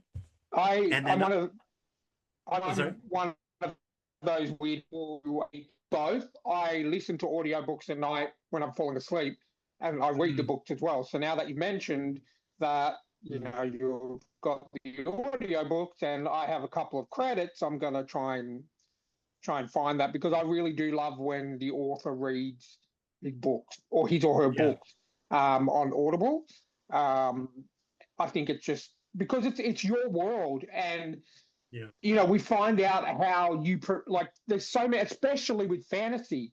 So I'm looking at the moment. So The Fall of Sylvandria and Skyfold are the only two that are on Audible right now. So I'm assuming the new book is coming soon. So that's great. But yeah, I find that like with fantasy, a lot of words and names of characters and places, I find that we mispronounce things all the time, and it's really good to hear the author say them, because then I'm like, okay, I know that's the right way to pronounce it. So that's awesome. I can grab both of your books on Audible too. So that's great. Yeah. Well, my advice, I don't know. I'm pretty sure they do. I'm pretty sure when I upgrade or update the Fall of Sylvandria, the new version will just automatically upload for people who bought it. But just in case, I would say hold off for that one, because that my goal is for that to come or new year or early 2026. So the updated version, this is interesting to me. Without even trying, it's just now that I've recorded so many times, not just that book, but the other ones too, and I've slowed my cadence. I've added more dramatization. I don't try to overemphasize the voices. You can tell it's a different person speaking, but not it's still coming from me. I treat it as an author reading. Like I want you to feel like you're at a bookstore while I'm signing books, listening to me read the story out loud. That's my idea. So that said, you can just tell how much I've learned and hopefully grown, because my first version was about 16 and a half hours. The new version is already shaping up to be about 19 and a half, if not 20 something hours. Every chapter I've recorded so far, I've added a solid like 30 seconds and more like 1 to 2 minutes sometimes more than 2 minutes. And when you extend that over 87 chapters, that adds up very quickly. So it's a much longer audiobook, which is kind of fun. It means, okay, good. I've managed to slow down. I've managed to add some depth to some dynamism. Like it feels far more lived in now, I think. Yeah. So I'm excited to put that out there. I think people are gonna I mean, again, the first version did well. I was very happy with it. I just realized I could do better. So I'm happy to share it again. That'll come very soon. Excellent. Yeah, no, I'm still tossing about doing audiobooks. I want to do audiobooks, but ACX isn't available in Australia for some random reason. So it's just like, what do you do? You guys have it bad for everything with just with Amazon in general. Yeah. Dang. Yeah, but it's just like, because I so would do that, but at the same time, I want to start doing them myself, because like you said, like it's like it changes everything when you start reading out your own work. Yeah. You pick up on things. And it's a lot of fun, but it is also a completely new learning curve, so which I love. I got into this with every intention of learning as many relevant skills as possible to just keep growing, because I find it all bleeds in, like I said, like this is now part of my editing process. So who knew that just trying to do my own audiobook would also help me be, I think, a better writer now. It's just how it works. And despite those run-ins you have with leaf blowers, yes, for anyone who's seen those posts.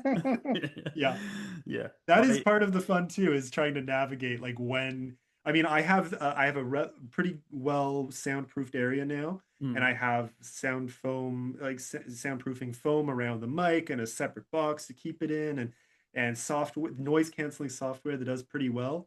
But there is nothing you can do when 6 guys with leaf blowers walk right outside your office window. Like that's me done. And they the day I posted that, they did it for a solid 4 hours straight. Wow. Like that was my morning just gone, evaporated. I was so angry. Oi, it's that audiobook guy. He's doing recording. Get the leaf blowers. Yeah. Oh, I was entertained, and I was like, anyways, we won't get into that. You could tell later in the day they were just mucking about, like wasting time, I think, because they were being paid by the hour. Like just blowing that one leaf, Oh yeah. Oh yes. Literally. just blowing space. Like what were they trying to do? Move gravel? Like I was upset. I tried. I couldn't even move to different parts of the whole it's a tall townhome kind of structure, so there's only so far back I can go. So there was nowhere I could I couldn't even read. I couldn't do anything because it was so loud, even with plugs in my ears. Like, fun times. Yeah. See, I do a bit of gardening from time to time, and I sometimes get over worried about annoying people with the leaf blower, and I'm only going for 10 minutes. And then also, most people are courteous. Most people are like, oh, this might be loud. Maybe I should limit how long I do it. I also get a little paranoid after playing Grand Theft Auto 5. There's a mission where you got to knock out the gardener, and he's got his leaf blower going. I'm always looking over my shoulder in case someone's gonna. It's like, I mean, well, that's the gardeners we have here, because I live in a group of 5 homes where we have support staff. So like gardening's included in we've got a little backyard, which is great for reading. I go out there and read all the time. But the guy that does our lawns is like the leaf blower guys. He will milk every single minute. I think I've seen him mow. The backyard we have is not big, but I think he spends like an hour and a half mowing our lawn, and then he'll just slowly walk back to his car, get the leaf blower, slowly walk back. I've watched him, and he just goes, because sometimes I'm out reading when he comes by, and then I just go inside, but I watch him, and it slowly blows all the leaves, and slowly does the edges. It's just insane. I was like, this guy must be getting paid by the hour, because he does all 5 of the places here. And I think it takes him a full day just to do that. Like, far out. when I was in Montreal, I lived in Montreal for about a year, a little over a year, not quite a year and a half, but close. And Montreal has the best snow removal of any city I've lived in. Very extremely efficient. So it doesn't matter how big a snowstorm the snow that fell could be taller than me, and it will be cleared within hours, if that, which is incredible. Then I came back to Ottawa, where I am now, and we're better than a lot of places. But oh wow, the apartment I was living in, this is stuck in my memory now. Just I can't unsee it because I was so baffled. The time that I got woken up at 2 in the morning by a snowplow driving by and then backing up, and all I could hear was the beep, beep, beep. And I looked out my window. I got onto my balcony just to see, because I this went on for so long. And it had already been going on for about, I don't know, half an hour, close to an hour, by the time I finally got fed up and wanted to see for myself. Looking from my balcony, this snowplow was driving up it was to a government building. So it needed to be cleared for the next morning for delivery trucks to come in. Because they can, anyways. And this snowplow drives up that little driveway for the trucks, and there's no snow, and I'm confused. And then backs up, beep, beep, beep, beep, beep, and then drives back up. Same spot, didn't move even an inch to either side. And then backed up, beep, beep, beep. I watched him do this for another hour. And so I think he spent roughly 2 hours on the same stretch of driveway for no reason. Other than, and again, this is like 2 a.m. I am trying to sleep, and at 2 a.m. all I'm hearing is beep, beep, beep, beep. Oh, wow. All right. Yeah. So even the leaf blowers, nothing I've ever experienced has topped that. That was the worst for me. All right. I've got a good story for you, because maybe to make you feel a little bit better, because my I have a friend who at least used to work at like a nursing home place. And they said they got a letter saying, we're doing roadworks for a month, so at this time you're going to hear noises and stuff like that. So they hear trucks beeping at 5 o'clock in the morning, beep, beep, beep, like yours. But then 2-3 months later, they're still hearing the beep, beep, beep noises. And then so they're going, what is going on here? Waking everyone up. So then the manager walks out into this little bush patch between where they were doing the roadworks and the nursing home, and finds a lyrebird just going beep, beep. Because if you know the lyrebird's a mimic. It hears something and it will mimic it. So this this one bird is just sitting there going beep, beep. Oh, that's incredible. Guys, if you have not seen a lyrebird, check them out. They're the best. It's just that's amazing.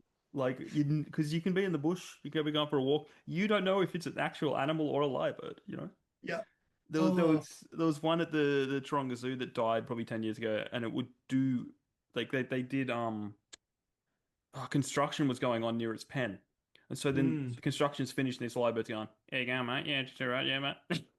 It's just, you know, like barely audible words. It's like, pass me the hammer, you know, but like not that clear, but you know.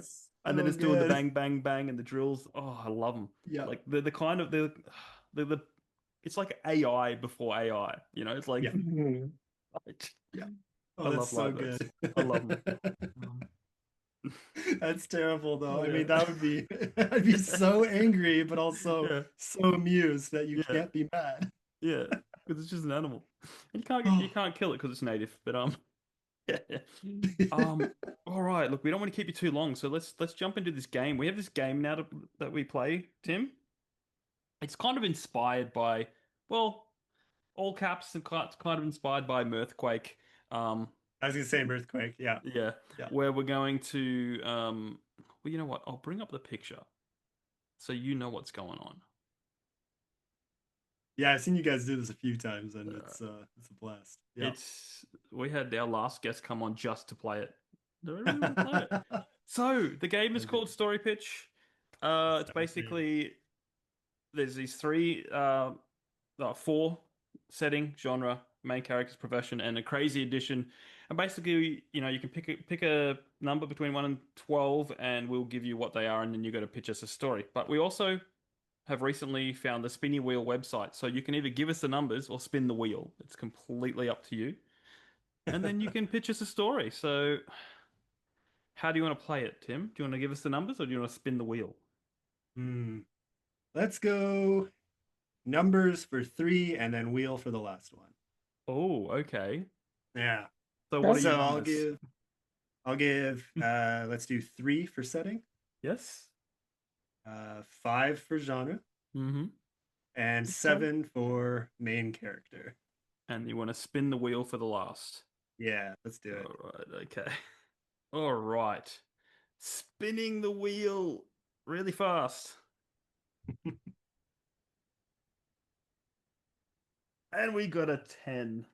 Nice. For the crazy edition. All right. Okay. For setting, he gets... it's a suburban cul-de-sac. Mm-hmm. And the genre is my favorite genre of all time. It is horror. Oh. Main character. Oh, he's a rock star. I feel like one of the last ones I saw got Rockstar. Yeah. That's great. Okay. And the option, the crazy edition, which is something that has to appear in the story, is a historical figure. So any historical figure throughout time, they just need to appear in your story. Historical figure. Okay. Okay. Are they going to appear on the screen, or should I write I mean, I've got the general. Yeah, no, I'll just give them to you. It is a cul-de-sac. It's Okay, a horror. yeah, Suburban cul-de-sac, yeah. Yeah. It's a suburban cul-de-sac. The genre is a horror. The main character is a rock star, and it's got to have a historical figure. Perfect. Okay. I already know what figure I'm choosing. They don't fit the period, but that's fine. That's all right. It doesn't have to make sense. It's a horror. Makes it better. Yeah. Okay, this is gonna be fun. Yeah. I'm gonna call Rockstar Bob. Okay. Bob. Okay. Yeah. So terrible name for Rockstar, which is why I could call him Steve. You know what? Steve. It's time to put Steve through some horror. That's what I'm doing. What am I? Yeah. So this is about Steve the Rockstar. I was hoping you were going to bring Steve into it somehow. Is it Steven Tyler? Yeah, he needs a story finally. So this is the story of Steve. And so Steve lives in a nice little cul-de-sac, and he's that neighbor that everybody hates. You pass by his home, which you have to, because he's right at the edge of the cul-de-sac, right? Okay, all right. So you have to pass his home, and he's always there on the porch telling you what's wrong with you or sharing his wacko theory of the day. And he's, very self-absorbed. So despite the fact that he lives in this suburban cul-de-sac and never leaves, he doesn't do anything. He lives off of some, some inheritance he got from a family member. So he does nothing. But he has all the answers. He tells the world how to fix itself. Yeah. And of course, none of those things work. So he always moves on to the next idea. And that's him. No one in his neighborhood likes him at all. And it's even worse because then he keeps them all awake at night. Apparently that's the only time he can practice, for his rock star career. We didn't agree he had to be successful. He thinks he's a star. Yeah. But he's one of those guys who, he opens his garage door and goes in the garage and starts rocking out with his imaginary band. Yeah. And that's Steve in a nutshell. That really is Steve in a nutshell. Until the day Napoleon Bonaparte came through, Ted and Bill's time machine, there you go. And realized that the future was a dismal, dark place because of Steve. And if he was going to conquer, kind of like trying to invade Russia in winter is the colossal challenge of trying to destroy Steve. And so Napoleon being Napoleon, he underestimated the difficulty of the task he was undertaking. And, so you have the horrors of Napoleon's army coming into this cul-de-sac and trying to, exert his will and doing everything he can, trying to discover the secrets of how Steve keeps outsmarting him, torturing, and bombarding the entire neighborhood. Anything he can do to get this rock star to stop playing and keeping him up at night. And it goes on and on. The violence, it was unimaginable. Napoleon, and again, despite all the assets at his disposal and despite his strategic genius, Napoleon fails time and time again. And Steve's rock music continues playing. Again, he's a one-man band, so horrible attempt at screamo on top of bass guitar. It's just a nightmare, and in every sense of the word. And Napoleon eventually decided to just go back to trying to take over Russia because at least that's easier than defeating Steve. Yeah, excellent. Yeah. So what was left is a bloodbath and Steve continuing his guitar solos from the garage. Now is Steve's band called the Leaf Blowers? That's perfect. There we go. I like it. Yeah. There you go. Is that a kind of horror movie you'd want to watch, Ryan? Oh, 100% for sure. Anything with like Napoleon coming back to try and murder a guy named Steve playing bass guitar and screaming through a microphone is my kind of movie. It's like Freddy versus Jason, but Steve versus Napoleon. Yeah, that's what I like kind it. of going for. I like it. Because me and Ryan have a friend called Steve. Mm-hmm. I wouldn't call him a friend. I wouldn't call him a friend. Okay. Acquaintance. He's no friend of mine because I make fun of him all the time. But it's funny. It's funny because Steve was in our band. Oh, that's funny. Yeah. But I had this vivid dream. It was so vivid, and it's because the band would sometimes sleep over my place at the time, and I had this dream that it was a zombie apocalypse, and Steve got up and opened the door and let the zombies in. And it's just everyone went, Steve. And it was I think he took real offense to that. I'm going, it was just a dream, man. But it's happened. Like the zombies came and you said, oh, just open the door, and then it's just it's like one of those vivid dreams you have about someone and it was just a dream, but you can't forgive them in the real world. Just because it was so real. Yeah, that's great. I love it. Yeah. It sounds, knowing Steve, it sounds like something that guy would do too. Yeah. Something he would do. He would let the zombies into his house and he'd thank them for eating his family. So just because it was the right thing to do. Steve and his trumpet. Yeah. He used to play trombone in Jamie's band, and because my band and Jamie's band used to play pretty much every show we played with together, he used to hate it when people didn't call it a trombone. So I had just started dating my wife at the time, and because I used to always say, "Don't forget your trumpet, Steve." And he would get really angry. And so my wife, before we played a show at I think it actually was like 13 years ago today or yesterday, believe it or not, that we played this show at a place called Penhurst. And it was my wife's first time meeting Jamie and the guys and everything. And I said to her, oh, that's Steve. He plays the trumpet in Jamie's band.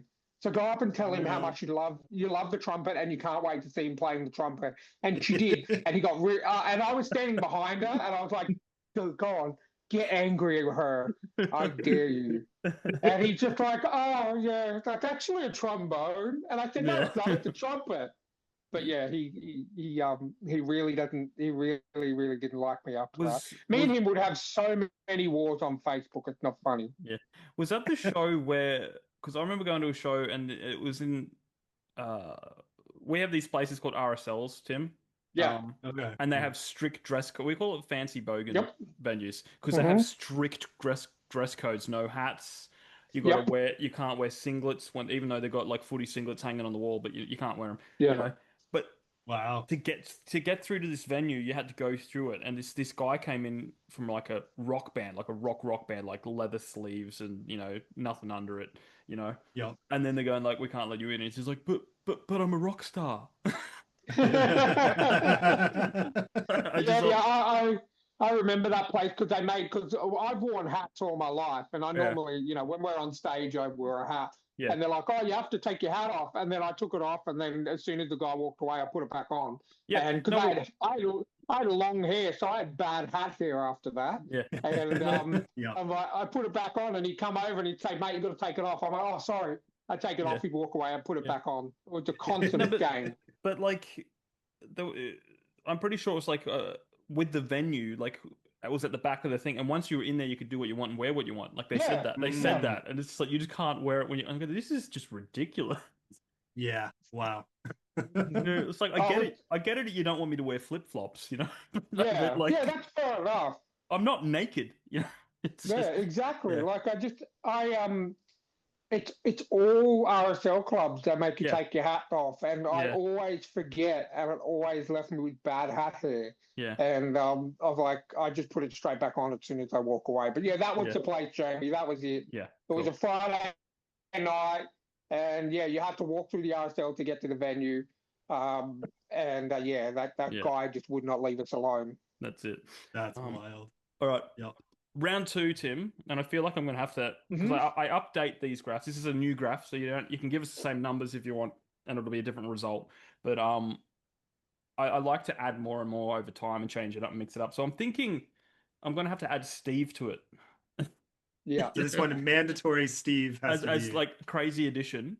Perfect. Steve, but like not this time, but I'm going to but as an option for future. Yes. Yep. And I think what I want to do from now on too is whenever a guest comes on and plays this, when we stop recording, they can give us a crazy addition to add to the graph, because that'll be cool to do. Well, mine is definitely Steve, so that makes me very happy. Okay, I have made a note. Steve will be in future graphs, but not. Okay, so this will be the second last episode before Christmas. I've made a graph for December, and the crazy edition will not be a crazy edition; it'll be a Christmas edition. Nice. So it'll be very cool for that. Yep. But now, do you want to give us the same numbers, new numbers? Spin the wheels. Yeah, let's do it. 3, 5, and 7, and then spin the wheel on the last one. All right, 3, 5, and 7. Spin the wheel on the last one. Let's get this wheel going. Bing. I always get a little excited. It always goes just over the edge. Yeah. When it just... Oh, okay, 7. Okay. 3, 5. Okay, let me close that. All right, graph number 2. So 3, your setting is a garage sale. We've had this one last time. Okay. Garage sale or a yard sale, either one. And your genre is children's literature. So kids book. Okay. Oh, this will be interesting. Okay, so 7. Okay, you're a sommelier, a wine taster. A child wine. I mean, so it could either be a child wine taster, or actually that will be more fun. Yeah, that's just what I'm doing. Oh my gosh, this is gonna be so random. And your crazy addition, which is something that must appear in the story, is a glee club. Oh no. Okay, I already no, I'm out. That's I don't. Looks like Steve is back. There's so many sitcoms and different shows will just force in a Glee show or a Glee episode at some point, or just some musical. I hate it so much. Glee has just ruined so many otherwise good shows by intruding. Anyway, it's just Well, the only exception is Community. That was good. Community has some one or two hilarious Glee episodes, and I was like, okay, what? But you could tell that was satire and taking the piss. Exactly. I do have a soft spot for the Scrubs musical though. Okay. That was written by like Broadway people. So and they got an actual Broadway singer to come in, and so it was really good. Well done. Okay. That would be fun. Yeah, like it depends. Same thing with musicals. Like some, I really love some. I like combinations. I like when it's a combination of acting and musical numbers. I do not like when it's just every single second of the performance is a constant singing. Yeah, that's That's where I draw the line. But anyway. Okay. Cool. All right. So garage sale, children's, sommelier, Glee. Yeah, this is great. Well, it can't be Steve. Or you know what? No. Well, Steve can run the Glee Steve. Club. This is no. This is Steve's origin story. Oh, okay. This makes sense to me now. I always try to like get behind the people who really annoy me. There's usually something going on. It's about if you have I try to be compassionate. I try to say, where's this coming from? Now we know it's because Steve's wacko parents pressed, they were trying to establish themselves and they made their 7-year-old kid become a sommelier, and so he was just having a lot of wine very early, and he was good at it. Steve's a bit of a snob, and some of that is earned, and in this case, Steve's claim to fame will forever be he has pretty good taste. That's the one thing I will go to Steve for, is a good wine recommendation. I will give him that. And now we know why. It's because he was a sommelier, 7 years old. And that's actually how we met. So I went to a garage sale and, in my neighborhood, and I was young at the time. I was on my bike, and I was hanging out with some friends and we were biking along, having a jolly good time. It was a beautiful summer day. The sun is high in the sky is clear and beautiful. Family and friends are walking their dogs in the neighborhood, and stray cats are running around having a jolly good time. The birds are singing. It was a lovely, lovely day. And then I passed a home. I won't give him a last name. That would be too specific, and I'm not that creative right now. So the Steves, we'll just call them the Steves. I passed the Stevingtons. Home. Steve Stevingtons. There we go. That's good. The Stevingtons. We passed the Stevington home, and little Steve was there. And I knew that they had moved into the neighborhood, and I was trying to be, a good neighbor, and decided I'd go say hi. And there's Steve sitting at a little table with a whole bunch of samples, and it turns out they were wine, and he was, instead of a lemonade stand. That's exactly what I was thinking. Lemonade stand, but it's wine. Yeah, exactly. You're a sommelier. You should be encouraging your friends to join in. So his parents were very supportive of little Steve, and Steve was there, and he started lecturing us all, and we're there on our bikes. We're counting the seconds until we can bike away, listening to little Steve tell us about the bouquet of these glorious wines, the rich flavors of raspberry and pomegranate, and none of us are really interested until he said chocolate. And then we had to try the wines that were apparently had a strong chocolate aftertaste, or so he said. We tried them, and none of them did, and they were very bitter, very dry wines. Very terrible. I did not have a sip of red wine for years after that. In fact, you'll be proud to know that I don't even think I got drunk until I was in my 20s. So very good childhood lesson there for our children readers is, kids, do not drink responsibly if you do. That was probably the only good lesson I ever learned from Steve. There we go. And Glee, I left out Glee. I left out the Glee Club. Yeah. You all broke into song. You all just broke into song about how bad the wine was. Now we just need a song at the end about that's tough. Well, you know what? That's it. Me and my friends, we needed an excuse to get away from Steve, because he just would not shut up about these different wines. And so we told him, perhaps, it's a kid's literature, so we'll pretend it was the truth. I'll say it was the truth, although here, between us, we know I was never part of a Glee Club. Yeah. But for the sake of the story, my friends and I told him we needed to get to Glee Club. It was starting very soon, and that's where we were going on our bikes. And so we biked away, and we went, and we were a little tipsy, but we managed to sing our songs and had a jolly good time, and the world was a better place. Yeah. Excellent. Well done. That's terrible. Well done. That was so bad. We threw some tropes in there that you didn't like, so that's all right. Maybe I'll put love triangle in somewhere too. There you go. Yeah, next time. Awesome. Yeah. I feel like I read a really bad Yeah, it was a book that I read recently. It was okay, but one thing that killed it for me was just the most drawn out love triangle I've ever seen. Yeah. Yeah, doesn't do it for me. Yeah. Well, thank you for joining us, Tim. It's been so much fun. Mm-hmm. It was an absolute blast. I mean, no surprise there. Yeah, you guys are awesome. So very happy to come on again. That's awesome. Any time you want to come back, and we'll hit you with the third icebreakers.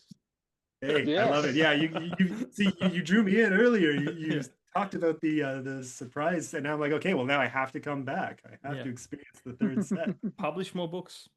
There you go. I mean, I don't know if you saw the post today, but this morning I gave the down payment for the next cover illustration. Nice. So, Awesome. awesome. So that'll probably come in Marchish around, and I should be done. I'm 2/3 of the way through writing it, more than 2/3 actually. I'm well into part 3. Excellent. Of 3. Yeah. So the sequel to Fall of Sylvandria will be done and hopefully out sometime around probably. I think if I'm good, it'll be out by April. You going with the same artist as the first book? Yeah. So this is another Joe Ricasa cover. Yeah. I'm so excited. And the idea, we're both very excited for it. It's straight out of one of the most intense scenes of the story, and I won't spoil it because it's but I think we've established my love for creature horror, and I'm going for a very dark monster vibe with this cover. Awesome, excellent, awesome. It's gonna be fun. Can't wait to see it. So I will keep you posted when that's ready. I will reach out and I'll be back. Definitely. Excellent. Well, you do this a lot on All Caps, and you see it all around the other podcasts and streamers. The floor's yours, Tim. Plug yourself. Where can they follow you? Where they can keep up to date with what you're doing and buy your books? The floor is yours. Brilliant. Yeah, I mean, for me, it's nice and simple. Most of my socials are Tim Mckay 52. I'm most active on Twix or Twitter or X, whatever you want to call it. I don't care. It's just what works for me, for whatever reason. So that's the easiest place to get updates from me. I also have a newsletter I'm slowly building on Substack, same handle.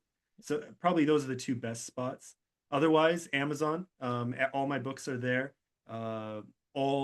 Very soon they'll all be an audiobook. So that's Amazon is easily the best place to find all my books. And I mean, you've already heard most of my updates. The audiobook for The Father of Shadow and Death is coming very soon. Book 2 of my main series is coming early next year. I have a Jinn horror planned after that, and possibly a dragon horror planned right after that. And then I'll be diving back into Skyfold. So for those who loved that, a little more of that bright adventure heist is what I'll be. My next main series will be expanding this. So that's already planned. And so that's where I'm at right now. Just going steady, editing work, writing, and teaching. So I'm starting up again teaching creative writing next semester. So that's going to be a lot of fun. Creative writing workshop. So life is very busy, but very good right now. But reach out anytime. Anyone, if you ever have questions about my books or want to chat, easy to find on X. Again, that's the easiest spot. Life of the author. It's a heck of a journey, but one day at a time, right? Excellent. Well, guys, all of Tim's links will be down in the show notes. Please check them out. Support him like Ryan is by buying everything he does. And perfect. Remember to check out our sponsors, Rebecca Castles and Martin Kearns. All their links are down below. I forgot to mention at the start, we do have merch. So check out our merch. Buy Ryan's shirt that says Living the Dream. It's on the screen. And if you want to reach out, thetrueandthefictional@gmail.com. And until next time, keep supporting those indie authors, and we'll catch you on the next episode. See you next time. Cheers all.